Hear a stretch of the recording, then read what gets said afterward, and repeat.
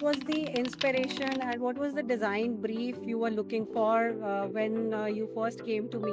If you remember, I sent you endless Pinterest images. You'd asked me to think of my mood board, and I think that exercise really helped.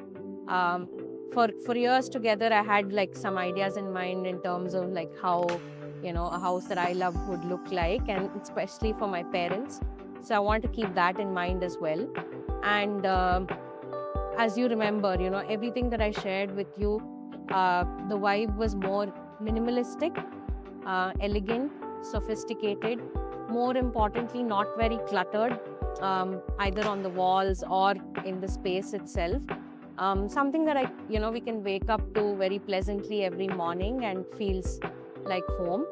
And I feel like you've done such a great job putting that vision to life. So it was really exciting to work with you on that. So sometimes when you meet someone with a shared vision, then the project becomes even more interesting, I would say. I think what I loved especially about working with you is I love the fact that there were, things we decided where we wanted to go overboard on. And then there were things we decided where we wanted to stick to basic and minimal. Yeah, I tortured you quite a bit. I remember that. No, I think it was hardly 3, 4 trips that I would have done throughout the entire project.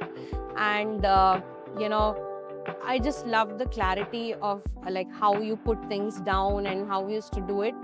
And it was, I mean, nobody still, like all my friends don't believe it, that it was all, executed through like WhatsApp and Zoom calls, and, how still it was all within timelines.